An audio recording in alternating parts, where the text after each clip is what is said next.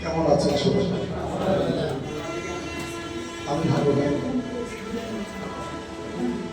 আমি ভালো নাই।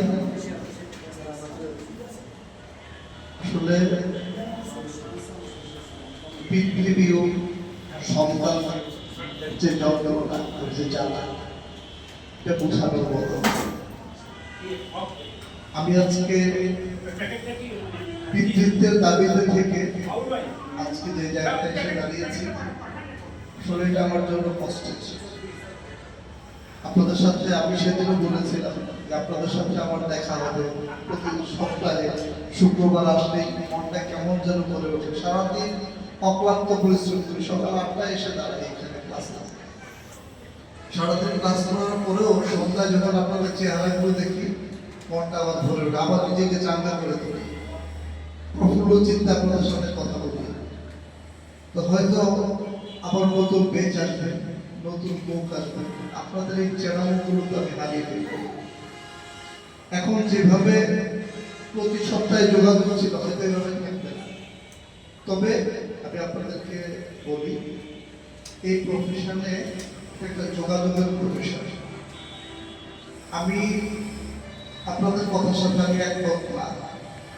কোন কথাটা? যে পিছনে যে লেখা আছে শিক্ষা সমাপনী, অন্যদের জন্য সমাপনী হলেও আপনাদের জন্য সমাপনী না, আপনাদের জন্য শিক্ষা শুরু। আপনারা মাত্র ট্রেনে উঠলেন, ট্রেন চিটাগং থেকে শুরু হয়, শেষ কোথায়? রাজশাহী, দিনাজপুর, কুষ্টিয়া, খুলনা, শেষ হয়। ওখান থেকে আবার শুরু করে। আপনারা ট্রেনকে কখনো ঘুরতে দেখছেন? ট্রেন ঘুরায় না, ট্রেন কখনো ঘুরায়, ইঞ্জিনটা চেঞ্জ করে। তার গতিটা সামনে ছিল, এখন আবার উল্টা দিকে গতি শুরু হবে। তো আপনারা যারা এখানে আছেন, আপনারা এতদিন যে গতিতে আপনারা ক্লাস করে গেছেন, তার চেয়ে দ্বিগুণ গতিতে এখন আপনাদেরকে পড়াশোনা করতে হবে। এই প্রফেশনে পড়াশোনার কোনো বিকল্প নেই। আপনারা মাত্র শিক্ষা শুরু করলেন। আমি দোয়া করি আল্লাহ তাআলার কাছে, আল্লাহ তাআলা যেন আপনাদের সবাইকে সফল কাম করেন। আপনারা আজকে এই অনুষ্ঠানের জন্য যারা অক্লান্ত পরিশ্রম করেছেন, যাদের বিশেষ করে আমার শহীদুল ভাইয়ের মনোমুগ্ধকর উপস্থাপনায় আপনারা এই অনুষ্ঠান উপভোগ করছেন, আপনারা এখানে অনেক জ্ঞানী ব্যক্তিত্ব, গুণী ব্যক্তিত্ব, অনেক প্রতিভাবান, অনেক সম্মানিত অনেক ব্যক্তিরা এখানে এসে ক্লাস করেছেন। আমি আপনাদের প্রতি কৃতজ্ঞতা জানাই যে আপনারা নিজ জায়গায় এত উচ্চ আসনে থেকেও কিভাবে আপনারা নিজেকে এতটা গোটায় নিয়ে এসে একজন ছাত্রের মতো করে, একজন সন্তানের মতো করে নিজেকে আমাদের কাছে উপস্থাপন করেছেন, এটা আমার ভাববার বিষয়। আমি কৃতজ্ঞতা জানাই আপনাদের এই দৃঢ় মনোবলকে। আমি ধন্যবাদ জ্ঞাপন করি আপনাদের এই উদার মানসিকতাকে। আমি শ্রদ্ধা করে আমি আপনাদেরকে আপনার এই মানবিকতার জন্য আপনাদেরকে আমি ধন্যবাদ জানাই। কারণ আপনারা পারেন, কারণ আপনারা মহৎ, আপনারা উদার, আপনারা ভালোবাসা দেন, ভালোবাসা দেন, আপনারা দেন উজাড় করে, জ্ঞান উজাড় করে। আপনাদের যে আজকের যে অনুষ্ঠানের যে এইটা একটা মহৎ অনুষ্ঠান। এই অনুষ্ঠানটা আয়োজন করা যাতে এখানে কথা না, অনেক কষ্ট করতে হয়েছে ওদেরকে। যারা কষ্ট করেছে তাদের প্রতি রইল আমার আন্তরিক ভালোবাসা। কারণ আপনারা পারেন বলেই আপনারা কষ্ট করেছেন, আপনারা প্রতিভাবান বলেই আজকে এই অনুষ্ঠান আয়োজন করতে পেরেছেন। আপনাদের প্রতি আমার ভালোবাসা থাকবে, ছিল, আছে।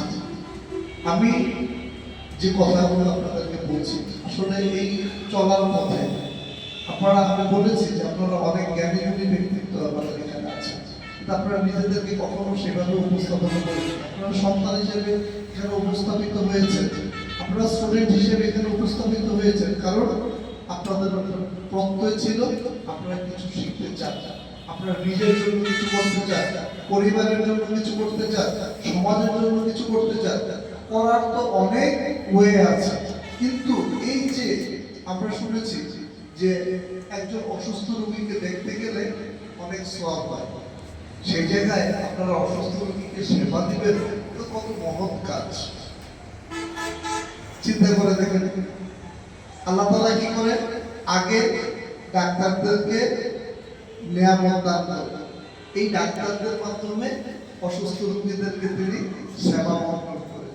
আল্লাহ তাআলা তো সরাসরি ভালো করে দিতে পারতেন, কিন্তু না, তিনি কি করেন, আমাদের ডাক্তারদেরকেও পছন্দ করেন, কারণ ডাক্তাররা স্রষ্টার প্রতি বেশি কৃতজ্ঞতাশীল। আমরা জানি যে সৃষ্টির কোনো ক্ষমতা নাই, স্রষ্টা যদি এখানে এসে আমাদেরকে সুযোগ না দেয়, সম্ভব কোনো ওষুধের পক্ষে সম্ভব কাউকে ভালো করা, কোনো ঔষধ পারবে না, পারে কে, স্রষ্টা। ঔষধ একটা রুটিন মাত্র, একটা ওয়ে মাত্র, আমরা সেই ওয়েটা ফলো করি। আমরা নিজেরা কাউকে সেবা দেওয়ার যে মানসিকতা আমরা পোষণ করি, সেই মানসিকতাটা যদি পিওর হয়, স্বচ্ছ হয়, তাহলে সেটা সেবায় পরিণত হয়। আর সেটার মধ্যে যদি কলুষিত থাকে, সেই সেবাটা কি হয়, গলা কাটা হয়। আপনারা নিজেরা প্র্যাকটিস করলে যে আপনারা দেখবেন যে আপনারা ভালো মানসিকতা নিয়ে যদি কাউকে সেবা দেন, সেই সেবাটা পুণ্যে পরিণত হয়। আর আপনারা যদি একটু যে মহিলাটা তো অনেক সুন্দরী, এই ধরনের মানসিকতা নিয়ে যদি আপনারা সেবা দিতে যান, তাহলে কি হবে, আপনার সেবা হবে, আপনি সওয়াবের জায়গায় আপনি গুনার অধিকারী হবেন। কারণ সে তো আপনাকে আত্মসমর্পণ করে আপনার কাছে আসে। এই একটা জায়গা অত্যন্ত সম্মানের একটা জায়গা, অত্যন্ত গুরুত্বের একটা জায়গা, যে অন্যের স্ত্রী এসে আমাকে গোপনে ডেকে আমার গোপন কক্ষে নিয়ে যায়, নিয়ে গিয়ে তার গোপন কথাটা বলে, কারণ সেই কথাটা সে জানে যে আমাকে বিশ্বাস করার মতো যথেষ্ট কারণ তার কাছে আছে, আমি একজন বিশ্বাস করার মতো ব্যক্তি। তো আমি যদি আমার এই প্রফেশন, শুধু আমার ব্যক্তিত্বের জন্য না, এই প্রফেশনের দাবিদার, এই প্রফেশন এটার দাবিদার, প্রফেশনের কারণে আমাকে সে আমার গোপন কক্ষে সে আমার সাথে নির্জনে যায়। এই যে বিশ্বাসটুকু, এই বিশ্বাসটুকু অর্জন যেরকম আমাদের পূর্বপুরুষরা করে এসছে, আমাদেরকে এটাকে ধরে রাখতে হবে, এই সম্মানটুকু আমাদেরকে বজায় রাখতে হবে। পাশাপাশি সৃষ্টিকর্তার প্রতি আমাদেরকে সবসময় নতজানু হয়ে থাকতে হবে, আদারওয়াইজ আমরা এই প্রফেশনে ফিরতে পারবো না। আমি যদি খারাপ কাজের সাথে জড়িত থাকি, আমি যদি লোভের সাথে জড়িত থাকি, এটার জন্য আমার বিচারক আমাকে বিচার করবে, কারণ তিনি হচ্ছে পৃথিবীর শ্রেষ্ঠ বিচারক। তার বিচারের উপর তার কোনো বিচারক নাই, আছে কি? সৃষ্টিকর্তার উপর কোনো বিচারক নাই। আর আমাকে তিনি কি করেছেন, বিচারকের আসনে বসিয়েছেন। কেন? আমি মানুষের রোগের বিচার করার জন্য, তার রোগ চেনার জন্য, রোগের বিরুদ্ধে ওষুধকে কাজ করানোর জন্য যে পদ্ধতি, সেই পদ্ধতিগুলো আমাকে শিখিয়ে আমাকে বিচারকের আসনে বসিয়েছে। আমি যদি বিচারকের আসনে ভুল করি, এই বিচারকের আসনটা যদি আমি অন্যায় করি, কারোর উপর জুলুম করি, কারোর উপর অত্যাচার করি, সেটার জন্য আমাকে আবার আমার সৃষ্টিকর্তার কাছে জবাবদিহি করতে হবে। সুতরাং সাবধান। আমি আপনাদের এই চলার পথে আমি বলবো, অনেক রকম নোংরামি আসতে পারে, অপবিত্রতা আসতে পারে, ঝড় ঝঞ্ঝাট আসতে পারে, বিপদ আসতে পারে, যত কিছুই আসুক আমি আপনাদের পাশে আছি। আপনারা যখনই আমাকে চাইবেন, যখনই প্রয়োজন বোধ করবেন, আমাকে ফোন দেবেন। আমি যদিও ব্যস্ত থাকি, এই ব্যস্ততার মধ্যেও আমি আপনাদের ফোন অ্যাটেন্ড করবো ইনশাআল্লাহ। আপনারা যতটুকু জানেন ততটুকু কাজ করবেন, তার বাইরে আপনারা কাজ করবেন না। কারণ আমি একটা কথা বলছি, নিজের নাক কেটে অন্যের যাত্রা করে কোনো লাভ নাই।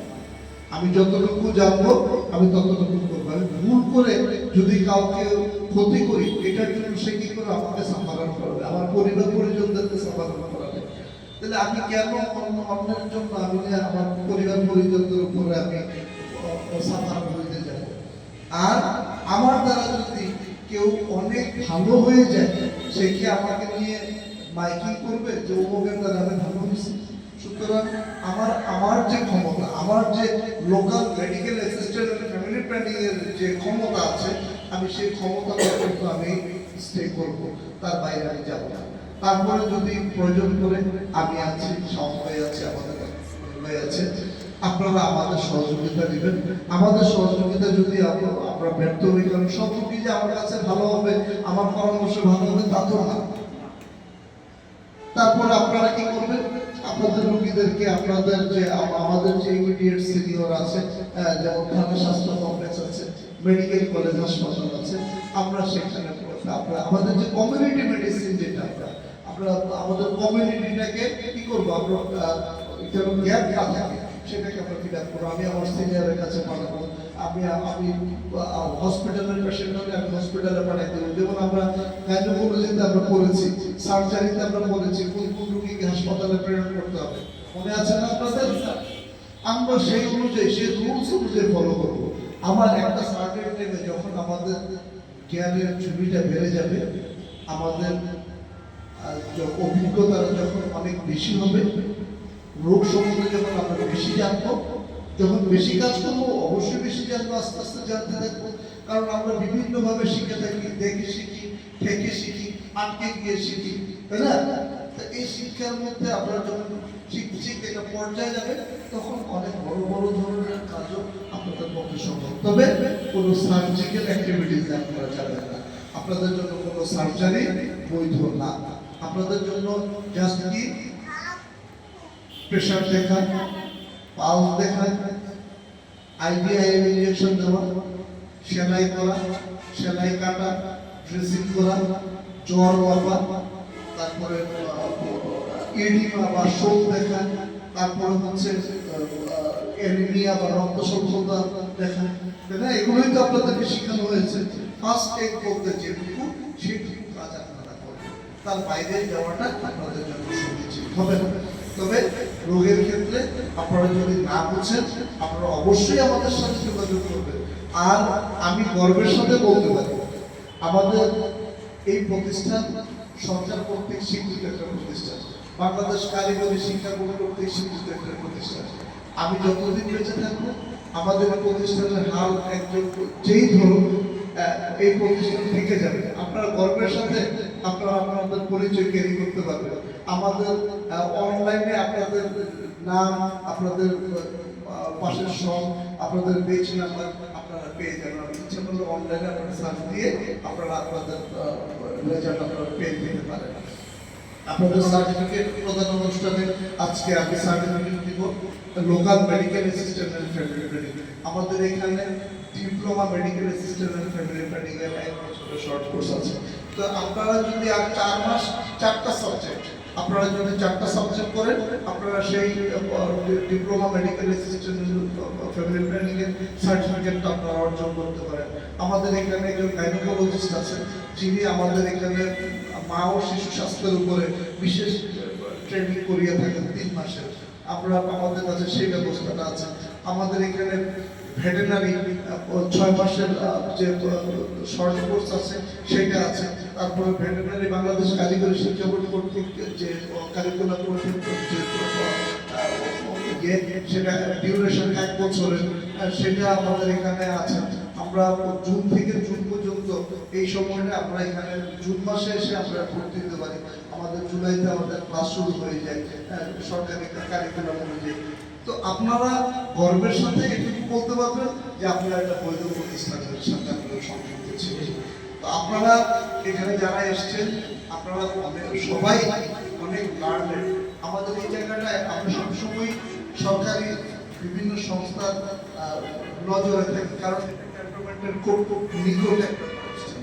এখানে কি হয়, লোকজন কেন সমাগত হয়, কি করে, এগুলো সরকার কর্তৃক আমাদের। তারপর আমাদের যেহেতু বোর্ড কর্তৃক অনুমতি আছে, আমাদের বোর্ড কর্তৃক আমাদের এখানে এসে আমাদের ইন্সপেকশন হয়। তারপরে উপজেলা স্বাস্থ্য কমপ্লেক্স থেকে এসে আমাদের ইন্সপেকশন হয়। তদারকির মধ্যেই আমরা থাকি। তো এই তদারকিটা আমাদের জন্য ভালো, কারণ আমরা বৈধ প্রতিষ্ঠান বলে দাবি করতে পারি। যদি এই তদারকিটা না থাকতো, আপনাদের প্রতি আমরা এতটা দুর্বল থাকতাম না। আপনাদের প্রতি আমাদের দুর্বলতা হচ্ছে আপনাদের কাছে আমাদের জবাবদিহিতা আছে। প্রটোকলস অফ গিভ এন্ড পে, আমরা দেই এবং নেই। আপনি টাকা না দিলে কি আমি আপনাকে পড়াচ্ছি? আপনি টাকা দিয়ে, নিজের টাকা দিয়ে কিন্তু আপনি এখানে পড়তে এসেছেন। তো আপনার প্রতি আমার দায়িত্ব অনেক গুণ বেশি, কারণ আমরা সবাই এখানে সচেতন, সবাই এখানে সাবলীল, সবাই এখানে স্বাবলম্বী। আমরা চাই কিছু এটা করতে, আমরা চাই সমাজের অসুস্থ মানুষের পাশে দাঁড়াতে, আমরা চাই মানুষের প্রাথমিক যে সেবাটা, প্রাথমিক যে চিকিৎসাটা, সেই চিকিৎসাটা দিয়ে আমি মানুষের আমাদের এই যে অসুস্থ প্রতিযোগিতা, যে অ্যান্টিবায়োটিকের যে অসুস্থ ব্যবহার, আমরা সেই ব্যবহার রোধ করতে চাই। আমরা সেই অসুস্থ প্রতিযোগিতা থেকে সবাইকে নিষ্কৃতি দিতে চাই। আমরা নিজেরা সুস্থ থাকবো, নিজেরা ভালো থাকবো। ভালো থাকতে গেলে আমাদের যা যা করণীয় আমরা সেগুলো অবশ্যই করবো। আমি সেই ওষুধটাই প্রয়োগ করবো যেটা আমি আমার বাবা, আমার মা, আমার সন্তানকে আমি দিতে পারবো। সেই ওষুধটা আমি অন্যের বাবা, অন্যের মা, অন্যের সন্তানকে আমি প্রয়োগ করবো। আমি যা পারবো না তা আমি কখনো করবো না। আমি আমার পরিবার পরিজনদের উপর যে ওষুধ প্রয়োগ করার ক্ষমতা রাখি না, আমি সেই ওষুধ অন্যের মা, বাবা, সন্তানের উপর প্রয়োগ করার ক্ষমতাও রাখি না। কারণ মানুষ গিনিপিগ না, আমি মানুষকে গিনিপিগ হিসেবে না মানি না। আমার যেটা ক্ষমতা নাই সেটা আমি করবো না। আপনাদের কাছে আমার স্পষ্ট নির্দেশনা, আপনারা কখনোই মানুষকে গিনিপিগ হিসেবে নেবেন না, কারণ পরীক্ষা করার কিছু নাই। আমি একদিন বলেছিলাম ক্লাসে যে আপনাকে দেখে আমি বললাম যে আপনার মনে হয় পেটে ব্যথা, আসেন আপনাকে একটা ইনজেকশন দিয়ে দিই। আপনি কি আমার কাছে আসবেন না উল্টা দিকে যাবেন? অবশ্যই আপনি উল্টা দিকে যাবেন। তো আপনি যদি মনে করেন যে রোগীটাকে এই অ্যান্টিবায়োটিক দিয়ে দিই, তাহলে কি হবে? সে ক্ষতিগ্রস্ত হবে। আর এটা যদি সে তার বডি থেকে রেজিস্ট্যান্স করে, সেই রেজিস্ট্যান্সের ভাগিদার আপনি হবেন। আর আপনার দ্বারা যদি কেউ ক্ষতিগ্রস্ত হয়, সেটার জন্য আপনি আপনার সৃষ্টিকর্তার কাছে জবাবদিহি করতে হবে। আপনাদের কাছে আমার করজোর বিনতি, আপনারা নিজেরা ভালো থাকবেন, অন্যকে ভালো রাখবেন। যারা অসুস্থ প্রতিযোগিতা আছে তাদেরকে কাউন্সেলিং করতে, যে ভাই এভাবে অ্যান্টিবায়োটিক দেওয়া ঠিক না, অ্যান্টিবায়োটিক খাওয়া ঠিক না। কারণ আমাদের বিভিন্ন গুণীজনেরা অ্যান্টিবায়োটিক নিয়ে খুব আতঙ্কে আছে। আমাদের দেশের বর্তমান অ্যান্টিবায়োটিকের কন্ডিশন ভালো না। সো আমরা কখনোই কলুষিত কোনো কাজ করবো না। এটা আমরা দৃঢ় প্রতিজ্ঞা হয়ে আজকে আমরা এখান থেকে আমরা সার্টিফিকেট দিয়ে দেবো যে আমার দ্বারা কারো উপকার না হোক, কারো যেন ক্ষতি না হয়। তাহলে হবে কি? আপনারা হবে মানবতার ফেরিওয়ালা, আপনাদের মাধ্যমে মানবতা বেঁচে থাকবে। আমি বলেছিলাম অনেকদিন বাঁচতে চাই, কথাটা মনে আছে? কারণ আপনারা ভালো কাজ করলে আমি কবরে গেলেও আপনাদের এই ভালো কাজের রেজাল্ট আমি পেতে থাকবো। কারণ আমি যদি আপনাদেরকে ভালো কিছু শিখিয়ে থাকি, আমি আমার দীর্ঘ 8 মাস আপনাদের কাছে আমার যতটুকু সাধ্য আমি চেষ্টা করেছি আপনাদের প্রকৃতপক্ষে ভালো মানুষ গড়ে তোলা। এই প্রফেশন, আপনারা তো এমনিতেই একজন ভালো মানুষ, কিন্তু এই প্রফেশনে একজন ভালো কারিগর হিসেবে, মানবতার ফেরিওয়ালা হিসেবে আপনাদেরকে গড়ে তুলতে গেলে যে ধরনের টিপস গুলো লাগে আমি সেগুলো দেওয়ার চেষ্টা করেছি। আমার এই দেওয়ার মধ্যে কখনো ছিল অভিভাবকত্ব, কখনো ছিল কৃতিত্ব, কখনো ছিল শাসক, কখনো ছিল শোষকের ভূমিকা।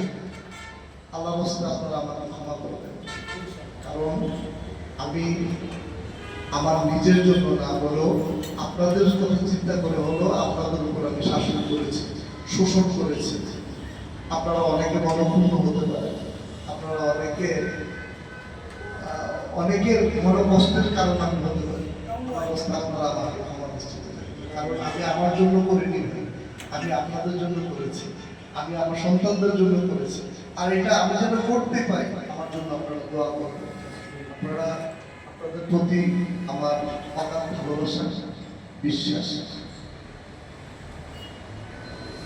আসলে কষ্ট কি জিনিস এটা দেখানোর মতো না। আমি চাইব আপনারা আমাদের সাথে কন্টিনিউ যোগাযোগ রাখবেন। এই প্রতিষ্ঠানের আপনারা এখন যেরকম মঙ্গল কামনা করছেন, আপনারা এখান থেকে চলে যাওয়ার পরেও যেন মঙ্গল কামনাটা অব্যাহত থাকে। কারণ এই প্রফেশনটা লেগে থাকে, নতুন নতুন দিতে যাবে। আর আমি আপনাদেরকে আরেকটা জিনিস ক্লিয়ার করি, আপনারা যারা প্র্যাকটিস শুরু করেছেন যারা প্র্যাকটিস রিসেন্ট শুরু করবেন আপনাদের জন্য শুভকামনা। আপনারা তো চলতেই থাকবেন। আর যারা একটু দেরিতে প্র্যাকটিস করবেন আপনারা মাসে সপ্তাহে একদিন করে না হয় মাসে 2 দিন করে হলেও আপনারা এসে আপনাদের চর্চাগুলো করে দেন। আমাদের বিভিন্ন বেচের ক্লাসগুলো হয়, অ্যানাটমি, ফিজিওলজি, ল্যাপারোলজি, গাইনোকোলজি, সার্জারি, মেডিসিন, যে 6টা সাবজেক্ট আপনারা এসে আমাদের বিভিন্ন বেচের সাথে আপনারা ঝালাই করে যাবেন, নিজেকে ঝালাই করে যাবেন যেন আপনারা ভুলে না যান। আপনাদের প্রতি আমার অনুরোধ বলেন, আপনাদের প্রতি আমার নির্দেশনা বলেন, আপনাদের প্রতি আমার ভালোবাসা বলেন, আপনাদের প্রতি আমার সেক্রেটারি বলেন, আমি সর্বোচ্চটা করতে রাজি আছি ইনশাআল্লাহ। আপনারা করবেন, তাহলে হবে কি আপনারা ভুলবেন। আপনারা যারা কাজ করছেন, তারাও যদি পারেন আসেন একটা রিপোর্ট নিয়ে চলে আসেন, একটা মোবাইলে ছবি তুলে নিয়ে চলে আসেন। আপনি তো এখন আল্ট্রাসাউন্ডের রিপোর্ট করবেন না, ইউরিনারি রিপোর্ট করবেন না, ক্রিয়েটিনিনের রিপোর্টটা না হয় বুঝলেন, কারণ ওখানে নর্মাল ভলিউমটা দেওয়া আছে। এখন আপনি একটা আল্ট্রাসাউন্ডের রিপোর্ট নিয়ে চলে আসলেন আমার কাছে, স্যার হ্যালো, আপনি আমাকে প্রশ্ন করেন, কারণ আমরা একটা পরিবারের সদস্য। আপনারা কি এটা মানেন? কে কে মানেন? একটু হাত তুলে দেখান তো যে আমরা এক পরিবারের সদস্য। আলহামদুলিল্লাহ। এই যে পারিবারিক যে অধিকার, পারিবারিক যে আমাদের ন্যায্য হিসাবন্ত, এই পারিবারিক যে কর্তৃত্ব, পারিবারিক যে অনুদান, পারিবারিক যে অবদান, সে অবদানটা কখন ফুটবে? যখন আপনি আমাকে দিবেন, আমি আপনাকে। তো আপনারা আমাদের এখানে এসে আপনাদের চর্চাটা আপনারা চালু রাখবেন। তাতে কি হবে? আপনাদের সাবলীলতা। কারণ আমি এই প্রফেশনে কাজ করে আছি 24 বছর। আমি যেটা জানি আপনি সেটা জানবেন না, আমি যেটা বুঝি আপনি সেটা বুঝবেন না। আপনি আপনার জায়গায় অনেক বোঝেন, আপনি আপনার জায়গায় অনেক সিনিয়র, অনেক জ্ঞান রাখেন, কিন্তু আমার জায়গায় তো আমি এটা একটু বেশি বুঝি। আপনি যদি আমার সাথে পরামর্শ করেন তাহলে আপনার জন্য সহজ হবে। এই সহজ সাবলীলতার জন্য আমি আপনাকে অনুরোধ জানাচ্ছি আপনারা আমাদের এখানে সংযুক্ত থাকবেন। তো আসলে পরিশেষে বিদায় তো হয় না, বিদায় তো দিতে ইচ্ছা হয় না, বিদায় হবেও না কখনো। আমরা কখনো বিদায় দিব না আপনাদেরকে। আপনাদের সাথে যে আপনারা যে কথাগুলো লেখছেন, সার্টিফিকেট ভিতরে ঠিক আছে, কিন্তু সমাপনীয় হবে না, বিদায় হবে না। আমি বিদায়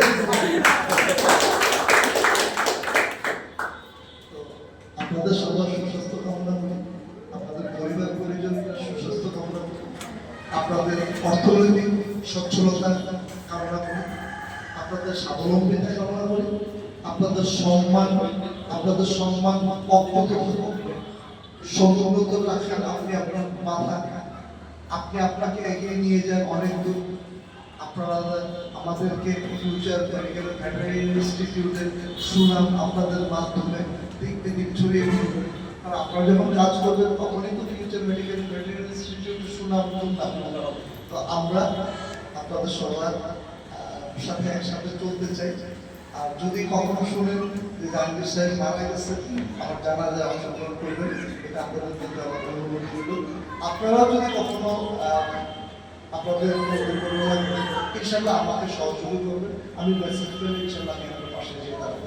আমাকে মেসেজটা দেওয়ার ব্যবস্থা করবেন, কারণ একজন মানুষ হিসেবে আমাদের এখন বয়স শেষ, চাও পাওয়ার কিছু নেই। আমার চাও পাওয়া একটাই, সন্তানরা ভালো থাকবে। সব বাবা মা তাই চাই। আমরা এই যে আর্ন করি, কেন আর্ন করি? তো আমার এই প্রতিষ্ঠানের পিতা, আমার এই প্রতিষ্ঠানের যে সন্তানরা, ওরা ভালো থাকলে আমি যা করছি আমার সন্তানদের জন্য, আমার সন্তানরা যা করে তাদের সন্তানের জন্য। কারণ ভালোবাসা সবসময় নিচের দিকে করা, তাই না? আমার বাবা ভালোবাসতো আমাকে, আমার বাবাকে ভালোবাসতো আমার দাদা। আমার বাবা আমাকে যত ভালোবাসছে, আমার দাদাকে কতটুকু ভালোবাসতে পেরেছে? কারণ আমার ভালোবাসাটা গড়াই নিচের দিকে নেমে গেছে। আমিও আমার সন্তানকে যতটুকু ভালোবাসি, আমার বাবাকে ততটুকু ভালোবাসতে পারি না। তো আপনারা আমাদের সন্তান, আমি কথা বলে অনেক দীর্ঘায়িত করে আসলে বলার তো ভাষা নাই। অনেক মনে হয় ওই যে আমার আমার আমার স্নেহধন্য সুমি বললো যে অনেক কিছু করবো ভেবেছিলাম, অনেক কথা গুছিয়ে রেখেছিলাম, কিন্তু কথা বলতে পারছি না, বাকরুদ্ধ হয়ে পড়েছি। আমার ক্ষেত্রে তো তাই। আপনারা একজন আরেকজনকে হারাবেন আর আমি সবাইকে হারাবো। আপনারা সবাই একটাকে হারাবেন আর আমি অনেকজনকে হারাবো। এটা আমার জন্য অনেক বেশি বেদনাদায়ক। আপনারা যখন কোনো প্রতিষ্ঠান থেকে কর্মবিরতি নেন বা কোনো প্রতিষ্ঠান থেকে আপনারা চলে আসেন, আপনারা বুঝছেন যে ওই জায়গাটা যাবে না, দীর্ঘদিন একটা জায়গায় কাজ করে।